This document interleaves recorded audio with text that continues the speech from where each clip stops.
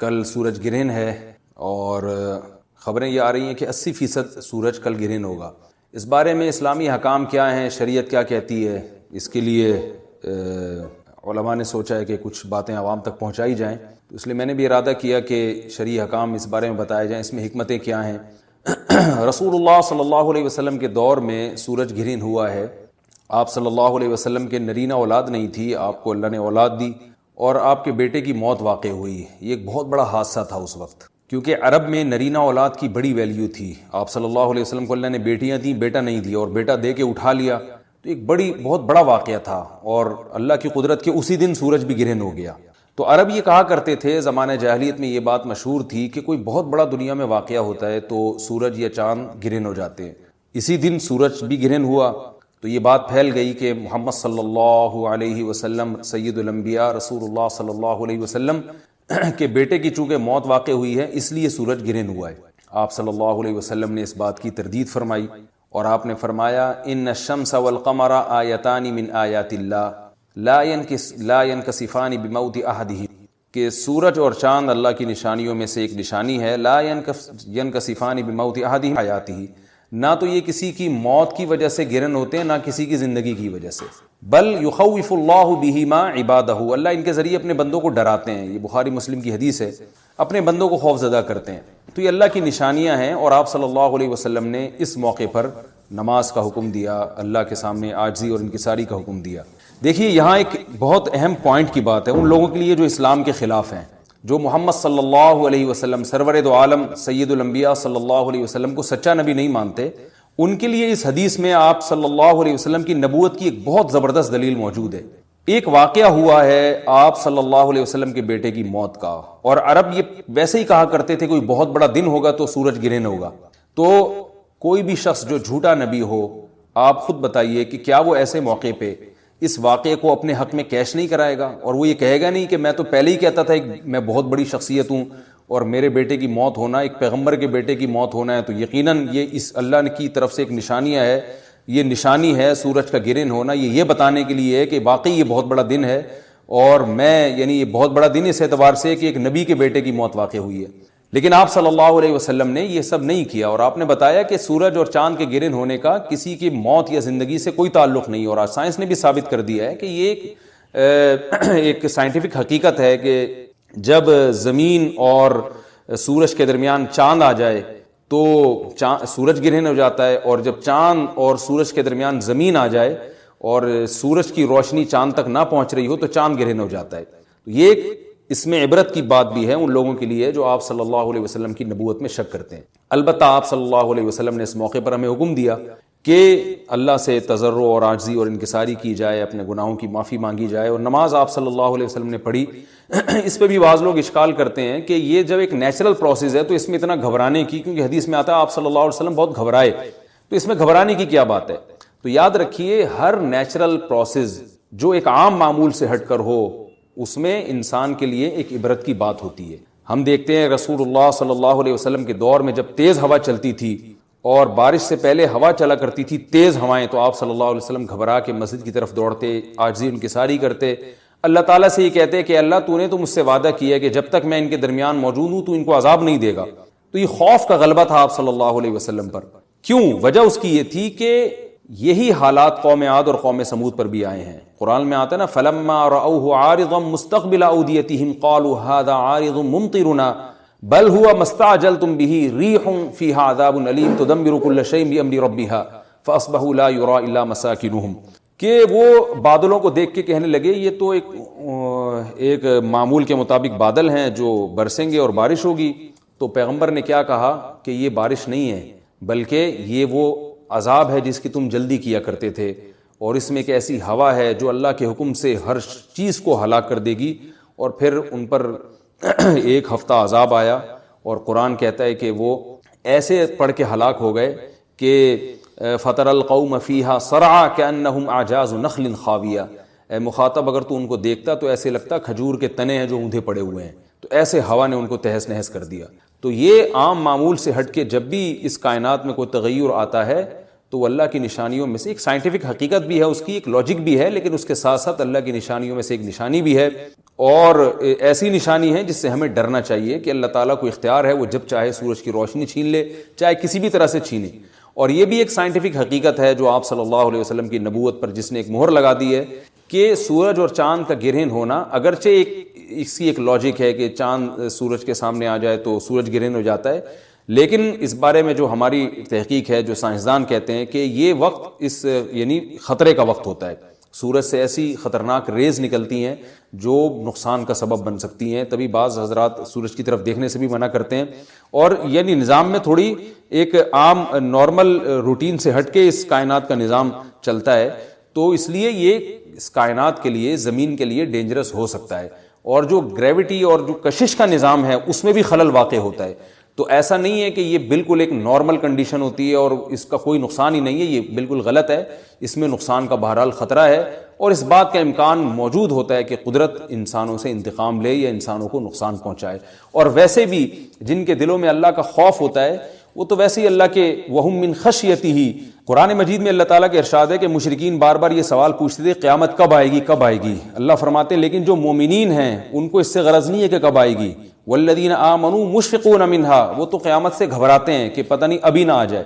تو جس کے دل میں اللہ کا خوف ہوتا ہے اس کے زندگی گزارنے کا طریقہ کچھ اور ہوتا ہے، وہ بات بات پہ اللہ سے ڈرتا ہے، اس کو اللہ سے ڈرنے کا بہانہ چاہیے، اس کو توبہ کا بہانہ چاہیے۔ تو اس بحث میں پڑھنا کہ یہ تو ایک لاجیکلی ایک سورج کی روشنی غائب ہو جائے گی، وہ ٹھیک ہے، یہ سائنسدانوں کا شعبہ ہے کہ کیوں غائب ہو رہی ہے، ماہرین فلکیات کا شعبہ ہے، لیکن اہل ایمان کا جو کام ہے اس موقع پر، ان کا جو وظیفہ ہے وہ یہ کہیں کہ اللہ کی نشانیوں میں سے ایک نشانی ہے، اللہ اپنی قدرت دنیا میں دکھاتا ہے کہ میں یہ بھی کر سکتا ہوں چاہے کسی بھی طریقے سے کروں، تو ہمیں اس موقع پر بہرحال اللہ کے سامنے جھکنا چاہیے، اپنے گناہوں سے معافی مانگنی چاہیے، اور وہی عمل کرنا چاہیے جو رسول اللہ صلی اللہ علیہ وسلم نے ہمیں بتایا ہے۔ اور اس بارے میں جو توہمات پھیلے ہوئے ہیں اس سے بھی ہمیں اجتناب کرنا چاہیے، جیسے نبی صلی اللہ علیہ وسلم نے عربوں کے وہم کو دور کیا ہے، بھائی اس کا کسی کی موت اور زندگی سے کوئی تعلق نہیں ہے، تو اسی طرح آج کل لوگوں میں ایک سورج اور چاند گرہن ہونے کے بارے میں وہم بھی بہت ہے کہ پتہ نہیں کیا ہو جائے گا، حاملہ عورتیں نہ نکلیں، فلانا نہ کرے، اور فلانا خربوزہ نہ کھائے، اس موقع پر کسی نے تربوز کھا لیا تو یہ ہو جائے گا، الٹی الٹی باتیں پتہ نہیں کیا کیا مشہور ہیں، یہ خربوزے تربوز کی تو میں ویسے ہی مثال دے رہا ہوں۔ تو کوئی بھی چیز جب کہنی ہو تو پوری طرح سے اس کی ریسرچ کریں، مجھے نہیں پتا حاملہ عورت کو فائدہ ہوتا ہے نقصان ہوتا ہے سورج گرہن ہونے سے، لیکن اگر نقصان بھی ہوتا ہے تو اس کی کوئی مستند دلیل ہونی چاہیے آپ کے پاس، ایسے ہی سنی سنائی باتیں آگے نقل نہ کریں۔ تو بہرحال ہمیں جو کرنے کا کام ہے جو رسول اللہ صلی اللہ علیہ وسلم نے بتایا ہے وہ کام بخاری اور مسلم کی حدیث کے مطابق نماز ہے، انفرادی بھی ہے، جماعت سے بھی ہے، مستحب یہ ہے کہ جماعت سے نماز پڑھی جائے مسجد میں یا کسی بھی میدان میں، اور 2 رکعتیں امام پڑھائیں گے اور اس میں سرن تلاوت بھی کر سکتے ہیں، جہری تلاوت بھی کر سکتے ہیں، دونوں رائے ہیں علماء کی۔ آج کل جہری کو اس لیے ترجیح دی جاتی ہے کہ صلاۃ کسوف میں جو رسول اللہ صلی اللہ علیہ وسلم کی سنت ہے وہ لمبی نماز ہے، تو لمبی نماز پڑھیں گے تو اگر آپ آہستہ آواز سے پڑھیں گے تو لوگوں کو تھکاوٹ کا احساس زیادہ ہوتا ہے، جہری پڑھیں گے تو تھکاوٹ کا احساس کم ہوتا ہے، تو اس لیے دونوں قولوں پہ فتویٰ دیا جاتا ہے، وہ ایک قول راجح ہے اور ایک میں آسانی ہے، تو آسانی اس قول میں ہے کہ جہری تلاوت کی جائے، اس میں لوگوں کو نماز میں کھڑا رہنا آسان ہوتا ہے، تو لمبی سے لمبی نماز پڑھی جائے، اس میں 2 رکعتیں پڑھی جائیں اور خوب طول دیا جائے اس کو، اور اتنا طول دینا کہ لوگوں کا خطرہ ہو کہ نماز ہی چھوڑ کے بھاگ جائیں گے، یہ بہرحال درست نہیں ہے، کیونکہ آپ صلی اللہ علیہ وسلم نے امام کو مقتدیوں کی رعایت کا حکم دیا ہے۔ اور کوئی جماعت سے نماز میں شریک نہیں ہو سکتا تو گھر میں نماز پڑھیں، انفرادی نماز پڑھیں، نماز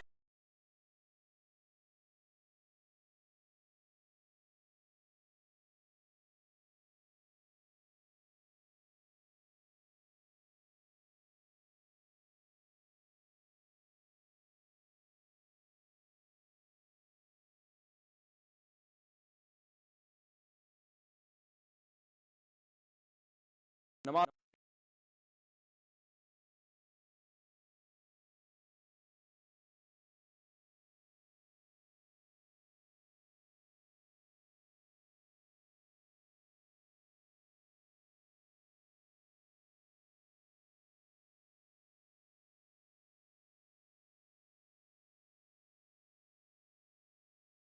نوچ کے کھانا شروع کر دے گا، نوچ کے کھانا شروع کر دے گا۔ تو یہ ہم صرف فقیر کس کے ہیں؟ اللہ کے, محتاج کس کے ہیں؟ اللہ کے. بس اللہ کے سامنے گڑ گڑاؤ, اللہ کے سامنے ناک رگڑو, اللہ کے سامنے بولو میں محتاج ہوں, میں بھکاری ہوں تیرے در کا. باقی ہر ایک کے سامنے میرے بھائی سر اٹھا کے جینا سیکھ. اور دیکھو مرد کی اللہ نے یہ فطرت رکھی ہے کہ اپنے ماتحتوں کے, آپ کے ماتحت اچھا سلوک کرے نا, آپ 20 گنا بڑھا کے اچھا سلوک کرو ان کے ساتھ. ہمارے حضرت مفتی رشید احمد صاحب رحمہ اللہ تعالی کی طبیعت میں بے انتہا استغنا تھا, بہت استغنا. استغنا سمجھتے ہیں یعنی وہ اپنے آپ کو کسی کا محتاج نہیں بناتے تھے کبھی بھی. لیکن ہم نے دیکھا کہ ہمارے حضرت کی کوئی ذرا سی خدمت کر لینا, حضرت کو پتا چلتا تھا نا یہ دل سے خدمت نہیں کرنا چاہتا, حضرت کبھی بھی خدمت نہیں لیتے تھے اس سے. حضرت فرماتے تھے میرے محسنین صرف میرے ماں باپ ہیں اور میرے استاذ, اس کے علاوہ میں کسی کا احسان نہیں لیتا. ایسا سر اٹھا کے جیے ہمیشہ. لیکن ہم دیکھتے تھے اگر حضرت کی کوئی ذرا سی خدمت کر دے, بہت معمولی سی, اتنی دعائیں دیتے تھے, اتنی دعائیں, ہمیں شرمندگی ہوتی تھی, ہم نے کون سا تیر مار لیا بھائی, یعنی کیا کر لیا ہم نے, اتنی دعائیں, اتنا خوش, اتنا خوش. یہ عزت دار لوگوں کی علامت ہوتی ہے کہ وہ کسی کے محتاج نہیں ہوتے, لیکن کوئی ان پر تھوڑا سا احسان کرے تو رپلائی میں وہ تھوڑا نہیں, وہ بہت زیادہ. کیونکہ احسان کے بدلے میں اگر آپ احسان نہیں کرتے تو اس کو استغنا نہیں کہتے, اس کو تکبر کہتے ہیں. استغنا الگ چیز ہے. دیکھو کچھ لوگ کیا ہوتے ہیں, کسی نے آپ کی خدمت کر دی ہے تو کون سا تیر مار دیا اس نے, ہمیں کسی کے خدمت ومت کی ضرورت نہیں ہے. دیکھنے میں تو لگے گا آپ بہت اونچے ہیں, لیکن یہ اونچے نہیں, آپ کا کھوپڑی کیا ہو گئی ہے, آؤٹ. آپ میں تکبر ہے. بھائی کوئی خدمت ٹھیک ہے, آپ اس کی خدمت کے محتاج نہیں ہیں, لیکن اگر اس نے خدمت کر دی ہے نا تو آپ اس کو رپلائی ایسے دو کہ جیسے آپ کو بہت ہی اچھا لگا ہے, آپ کو ضرورت تھی. ہم نے بڑوں کو دیکھا ہے, تھوڑا سا آپ خدمت کریں گے تو رپلائی اس کا بہت اچھا. نبی صلی اللہ علیہ وسلم کی کیا سیرت ہے, حضرت ابو بکر نے نبی کا ساتھ دیا نا تو وہ نبی پہ احسان کیا, بولو نا کیا ہو گیا بھائی. حضرت ابو بکر نے جب نبی صلی اللہ علیہ وسلم کو لوگوں نے مکہ سے نکالا تو کس نے ساتھ دیا, ابو بکر نے. غار میں کون ساتھ تھا, ابو بکر. حالانکہ اصل میں یہ نبی کا احسان تھا حضرت ابو بکر پہ. بھائی اس خدمت کی وجہ سے نبی کی تو اللہ نے ویسے ہی مدد کرنی تھی, یہ تو نبی نے ابو بکر کو اپنی خدمت کا موقع دے دیا رضی اللہ عنہ کو, تو یہ نبی کا کس پر احسان ہے. ابے بھائی کو اتنے پیغمبر کسی کو اپنی خدمت کرنے دے دیں تو یہ تو پیغمبر کا ان پر احسان ہے, جس سے انسان کو عقیدت محبت ہوتی ہے. انسان کہتا ہے نا مجھے آپ تھوڑی سی خدمت کرنے دے دیں, آپ کا مجھ پر بہت بڑا احسان ہوگا, کہتے ہیں نا لوگ, اور باقی سمجھتے بھی ہیں کہ بھائی اس کو ہماری خدمت کی کیا ضرورت ہے. تو قرآن میں اللہ نے فرمایا بھی کہ اگر تم نبی کی مدد نہیں کرو گے, اللہ تو اپنے نبی کی مدد کرے گا, آخری نبی ہے, آپ کا دین تو غالب ہو کے رہے گا. لیکن نبی نے ابو بکر کو کیسا صلہ دیا, فرمایا میں نے ہر شخص کی خدمت کا دنیا میں بدلہ دے دیا ہے سوائے ابو بکر.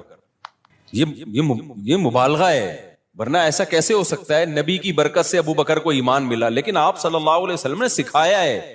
پھر فرمایا لو کنت متخذا خلیلا لاتخذت ابا بکر خلیلا, اگر میں کسی کو جگری دوست بناتا تو ابو بکر کو بناتا. خلیل کا مطلب بہت ہی, فرمایا میرا خلیل اللہ کے سوا کوئی, خلیل بنانے کی اجازت ہوتی ابو بکر کو بناتا. کتنا اپریشیٹ کیا آپ صلی اللہ علیہ وسلم نے. حضرت معاذ ابن جبل, انہوں نے نبی کی خدمت کی, نبی کا ساتھ دیا جنگوں میں, کیسا صلہ نبی نے دیا.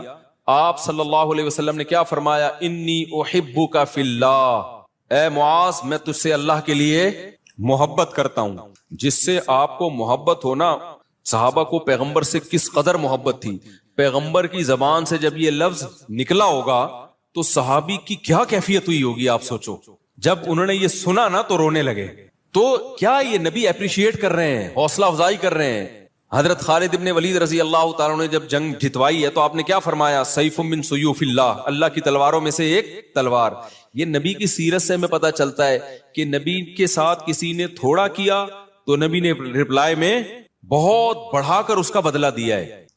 تو اس لیے جو خاندانی لوگ ہوتے ہیں نا, عزت دار لوگ ہوتے ہیں, وہ ہمیشہ سر اٹھا کے جیتے ہیں, وہ کسی کی خدمت کے محتاج نہیں ہوتے, وہ سسرال کے جہیز کے محتاج, بولتے کیوں نہیں بھائی, نہیں ہوتے. وہ نہیں کہتے ہمیں یہ چاہیے, صوفہ چاہیے, بیڈ چاہیے, الماری چاہیے, نہ ہمیں کچھ نہیں چاہیے. ہم عزت دار لوگ ہیں بھائی, ہم خرچہ خود اٹھاتے ہیں. لیکن اب ایسا نہیں ہو. لوگ کیا کرتے ہیں, جہیز کے خلاف بیان سن کے نا, یہ بھی مارکیٹ میں اس طرح کے لوگ آ رہے ہیں, جہیز کے خلاف بیان سن کے ہمیں کچھ نہیں چاہیے, ہمیں نہیں چاہیے, ہمیں نہ گاڑی چاہیے, ہمیں نہ موٹر سائیکل چاہیے, ہمیں نہ گھڑی چاہیے. ہم عزت دار لوگ ہیں, ہم سسرال کے ٹکڑوں پہ پلنے والے لوگ نہیں ہیں. ٹھیک ہے جی آپ کی شادی ہو گئی, سسر صاحب نے لا کے کوئی گھڑی گفٹ کر دی, ہمیں نہیں چاہیے, ہم عزت دار لوگ ہیں. اب یہ کیا ہو رہی ہے بھائی آپ کو نہیں چاہیے نا, اب بغیر چاہت کی ایک چیز مل رہی ہے, آپ لیں جناب, آپ کا بہت بڑا احسان ہے. یہ نہیں بولیں سستی والی لا کے پکڑا دی آپ نے مجھے, ٹھیک ہے حضرت یہ بڑی خدمت آپ کی, اللہ آپ کو جزائے خیر دے, ہم تو بہت شکریہ آپ کا. تو اس میں اس کو اپریشیٹ کرنا چاہیے, کیونکہ اس کے سامنے کہنا کہ ہمیں نہیں چاہیے, یہ پھر استغنا نہیں ہے, بلکہ یہ کیا ہے, تکبر. سمجھتے ہو کہ نہیں سمجھتے؟ تو بڑا جب کوئی چیز دے تو آپ سینے سے لگائیں اس کو کہیں کہ بھئی بہت بڑی چیز مل گئی, آپ کے ابا آپ کی اماں آپ کو کچھ گفٹ دے. حضرت مولانا اشرف علی تھانوی رحمہ اللہ تعالی کی زوجہ نے ان کے لیے بڑی محنت سے اچکن بنائی. اچکن پتہ ہے کسے کہتے ہیں؟ پہلے زمانے میں ہوتی تھی اچکن ہی ہے نا, کچھ اور میری اتنی دیر میں تو لغت اور چینج ہو جائے گی میرے بھائی. تو ہیں اچکن, کچھ اچکن کہتے ہیں, کچھ وہ نہیں ہوتی ایک وہ پورا چوغا سا پہنا جاتا. اب مولانا تھانوی رحمہ اللہ کا مزاج نہیں تھا ایسی چیزیں پہننے کا, اور ان کے گھر والوں نے اتنی محبت سے اتنی محنت کر کے بنائی تو وہ وہی پہن کے نکل گئے گھر سے باہر. لوگوں نے کہا یہ آپ کیا پہنا ہے؟ انہوں نے کہا یار اتنی محبت سے اس نے بنائی ہے. اب میں یہ نہیں کہہ رہا آپ کی بیگم کچھ بھی آڑا ترچا پہنا دے, آپ دسترخوان پہنا دیا, آپ محبت سے باہر نکل آئے تو لیکن کوئی بھی آپ کے ساتھ تھوڑی سی بھی خدمت کرے تو جواب میں اس کو دعا دینی چاہیے, اس کو بہت زیادہ اپریشیٹ کرنا چاہیے, لیکن محتاج کسی کا انسان بن کے نہ رہے. ایک طرف لوگ بہت زیادہ ٹینشن میں, بچوں کو مارنا پیٹنا, ہر وقت برا بلا کہنا, یا گھر میں ایسا ہر وقت ماحول بنا کے رکھنا, اور ایک طرف گورا ہے اس نے ٹینشن فری بنا دیا. یہ دونوں چیزیں فطرت سے کیا ہے؟ بغاوت. اسلام ہے وَكَذَلِكَ جَعَلْنَاكُمْ أُمَّةً وَسَطًا. اسلام نے کہا نہ ساری خواہشات تمہیں نہیں پوری کرنے دوں گا میں, بہت ساری جگہوں پہ تمہیں اپنی خواہش کو کچلنا پڑے گا. تمہاری وہ لگژری لائف ہو ہی نہیں سکتی جو غیر مسلم کی ہوتی ہے. شراب پینے کا دل چاہے گا نہ, پابندی ہے. بوڑھے ماں باپ کی بات میں کر رہا تھا, وہ ڈانٹتے ہیں ڈپٹتے ہیں, آپ نے برداشت کرنا ہے. اس سے سب سے بڑا فائدہ پتہ ہے کیا ہوگا؟ جب آپ اپنے بچوں کے سامنے اپنے بوڑھے باپ کی برداشت کرو گے تو سمجھ لو آپ کا بڑھاپا اب جنت. نہیں آئی میرا خیال ہے, آپ کا بڑھاپا کیا ہے؟ جنت. آپ کا بچہ سیکھے گا بھائی ہماری پرمپرا ہے کہ بڑوں کے سامنے آواز, دیکھو میں 1 گھنٹہ تقریر کروں نا کہ باپ کے سامنے مت چیخو, باپ کی خدمت کرو, خدا کی قسم اس کا 1% شاید اثر ہو جائے. لیکن میرا باپ زندہ ہو اور میں اولاد کے سامنے ان کی خدمت کر رہا ہوں اور باپ کی مار برداشت کر رہا ہوں, وہ مجھ پہ ہاتھ اٹھا رہا ہے مگر میں اس کے سامنے آواز اونچی, مار کھا کے بھی میں مسکرا رہا ہوں. یہ 6 گھنٹے 10 گھنٹے کے بیانات اور کتابیں ایک طرف, اس سے آپ کیا بچے کو جو موٹیویشن ملے گی نا وہ سمجھ جائے گا بھائی ہمارے ہاں ہوتا ہی یہی ہے کہ باپ کے سامنے آواز نہیں بلند کی جاتی. اس کو رائٹ ہے کہ وہ مارے, وہ ہاتھ اٹھائے, اس کو یہ حق دیا ہے خدا نے. اب تک ہمارا کلچر بچا ہوا کیوں تھا؟ باپوں کے سامنے ماؤں کے سامنے چیختے نہیں تھے. کیوں بچا ہوا تھا؟ اس لیے کہ دیکھتے آ رہے ہیں باپ. اب سیٹ اپ ختم ہو گئے نا, تو شادیاں دیر سے ہو رہی ہیں, بچے پیدا ہی ایسی عمر میں ہوتے ہیں کہ آپ کے باپ کا انتقال ہو چکا ہوتا ہے. یہ بھی ایک بڑا نقصان ہے. پہلے لوگ بچے دیکھتے تھے ہمارے ابا اپنے ابا کی ایسی خدمت کر رہے ہیں. ہم نے ایسے خاندان دیکھے ہیں کہ دادا بیٹھا ہوا ہے نا, مجال ہے کوئی منہ سے آواز بھی نکال لے, وہ پتہ چلتا تھا واقعی دادا ہے. اب دادا ایک لقب رہ گیا, محلے کا دادا آ رہا ہے. جو سچی مچی کا دادا ہے گھر میں اس کی کوئی 2 ٹکے کی ویلیو نہیں ہے, وہ بیچارہ کھانسنے کے لیے ہے بس, اس کی کھانسی سے بھی تکلیف ہوتی ہے, جراثیم پھیلا رہا ہے گھر میں بیٹھ کے وہ. تو اسی طرح میرے بھائی جو عورت شوہر کے سامنے آواز پس رکھتی ہے اس کی بیٹیاں بھی کیا کرتی ہیں, تبھی کہیں کہ رشتہ لینے کے لیے جایا کرو نا تو یہ دیکھا کرو میری ساس کا میرے سسر کے ساتھ ایٹیٹیوڈ کیسا ہے. یہ بہت امپورٹنٹ بات ہے. اگر وہ ساس اپنے شوہر کی غیبتیں کر رہی ہے اور وہ میرے میاں ایسا ہے تو بے وقوف ہے, مجھ سے پوچھو کہاں شادی کرنی ہے کہاں نہیں کرنی, ان کو کیا پتا بیچاروں کو. اور وہ چیخنا چلانا چل رہا ہے تو سمجھ لو کہ 90% چانس ہے کہ آپ کی بیگم بھی آپ کو طبیعت سے, ایک لگایا آپ نے تو آگے سے کیا کتنے لگائے گی, وہ 4 لگیں گے رکھ کے. یہ ہوتا ہے مارکیٹ میں چلتا ہی. تو یہ تو ماحول ہے بھائی نبی صلی اللہ علیہ وسلم کے. دیکھو میں جب نیا دین کے علم کی طرف آیا نا تو مجھے بہت زیادہ اشکال ہوتے تھے کہ نبی صلی اللہ علیہ وسلم نے ہر چیز زبان سے بتا کے لکھوا کے چلے کیوں نہیں گئے. آپ بتا دیتے پڑوسیوں کے یہ حقوق ہیں, گھر والوں کے یہ حقوق ہیں, فلانوں کے یہ حقوق ہیں, یہ حقوق ہیں, پوری زندگی ایک مرتب کر کے چلے جاتے. نہ فقہ جو مرتب ہوا ہے نا پیغمبر کی سیرت سے ہوا ہے, پیغمبر سے عمل کروایا گیا ہے. کیونکہ نبی کا کام صرف مسئلہ بتانا نہیں ہے, مسئلے پہ شریعت پہ لوگوں کو چلانا ہے. چلانے کے لیے ضروری ہے کہ صحابہ آپ کو خود چلتا ہوا دیکھیں اس پہ, تبھی تو اللہ نے فرشتے کو نبی بنا کے نہیں بھیجا. فرشتہ اگر نبی بن کے آتا نا تو پتہ کیا کہتا, جب رمضان کا چاند نظر آئے تو روزہ رکھ لینا, اور جب عید کا چاند نظر آئے تو روزے چھوڑ دینا.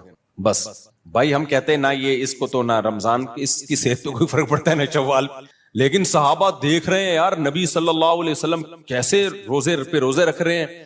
تو جب تک انسان کا عمل سامنے نہیں ہوتا موٹیویشن نہیں ملتی ہے. دیکھو میں ایک اور مثال دیتا ہوں.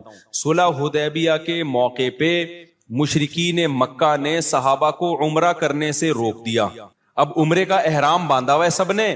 آپ کو مسئلہ پتا ہونا چاہیے کہ جب ہم عمرے کا احرام پہن لیتے ہیں, لبیک اللہم لبیک کہہ دیتے ہیں, تو جب تک طواف اور سعی نہ کر لیں وہ احرام اتارنے کی اجازت بولو نہیں ہے. بالکل ایسے جیسے تکبیر تحریمہ کے لیے نیت باندھ لی نا, تو جب تک 2 رکعتیں پڑھ کے سلام نہیں پھیرو گے آپ کو نیت توڑنے کی اجازت نہیں ہے, گناہ ہے نیت توڑنا. تو ایسے ہی احرام جب ایک دفعہ باندھ لیا جائے نا, تو جب تک عمرہ نہ ہو جائے آپ اس احرام کو نہیں کھول سکتے. تو صحابہ احرام میں بیٹھے ہوئے ہیں, مشرکین نے آپ کو منع کر دیا, معاہدہ کیا کہ بھئی اگلے سال آنا آپ عمرہ کرنے کے, اس سال نہیں کر سکتے آپ. تو اب صحابہ پریشان, پہلے موت پہ بیعت کر چکے ہیں 1400 صحابہ کہ ہم لڑیں گے ان سے. تو موت پہ بیعت بھی ایسے جذبات بنے ہوئے ہیں, بھئی ہم نے تو ان سے لڑنا ہے, موت پہ بیعت کر کے تیار بیٹھے ہوئے لڑائی کے لیے. اب شرطیں ساری کافروں کی مان رہے ہیں, اور پھر مزید شرط یہ کہ عمرہ کرے بغیر احرام بھی کھول دو آپ, یعنی سر منڈا لو پہلے ہی اور احرام کھول کے دم دو. تو یہ تو اور ان پہ شاک گزرا کہ بھئی یہ تو ذلت در ذلت در ذلت ہے, ہم کیسے مشرکین کے کہنے پر ہم عمرہ چھوڑ دیں اور سر منڈا کے احرام کھول دیں, یہ تو بڑا مسئلہ ہے. نبی صلی اللہ علیہ وسلم نے صحابہ سے فرمایا بھائی سر منڈاؤ اور احرام کھول دو.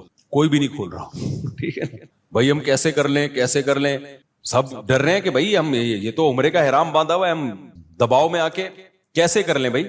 تو آپ صلی اللہ علیہ وسلم پریشان ہو گئے کہ بھئی میں سب کو کہہ رہا ہوں کہ سر منڈا لو اور احرام کھول دو, لیکن کوئی بھی نہیں کر رہا یہ کام.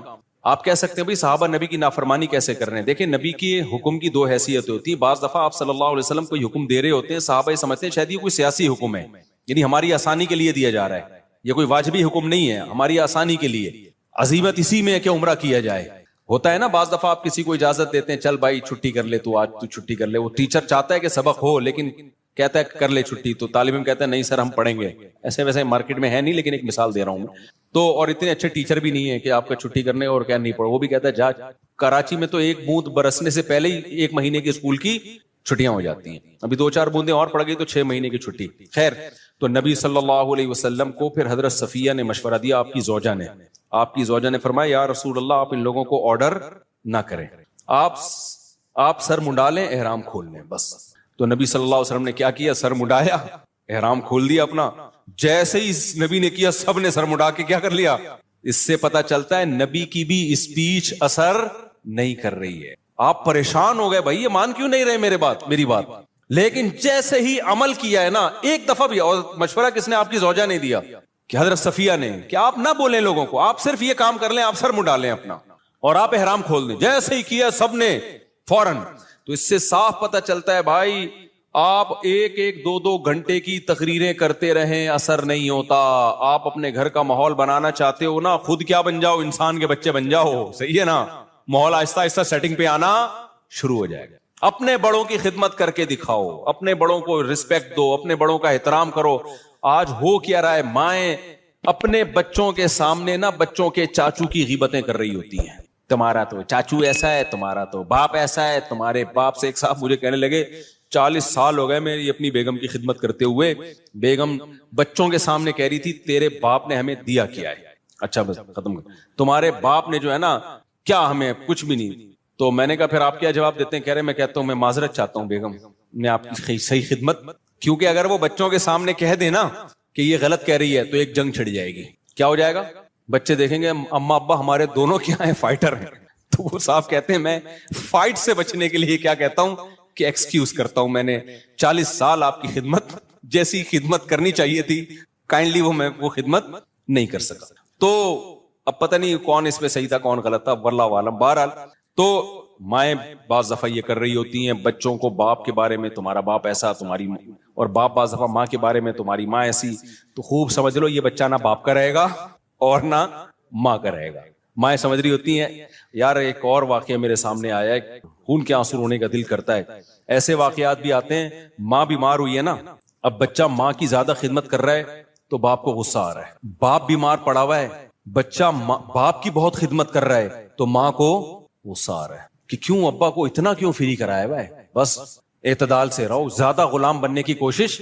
یار تو اپنا بڑھاپا دیکھ لے بھائی. جو بچہ تیرے شوہر کی خدمت کر رہا ہے بیماری میں, جس کو تو کہہ رہی ہے مکھن لگا رہا ہے, چاپلوسی کر رہا ہے, چمچا بنا ہوا ہے, تو خوش ہونا چاہیے کہ کل وہ تیری بھی کرے گا ایسی خدمت. اس کو اس سے باغی بنا رہی ہیں.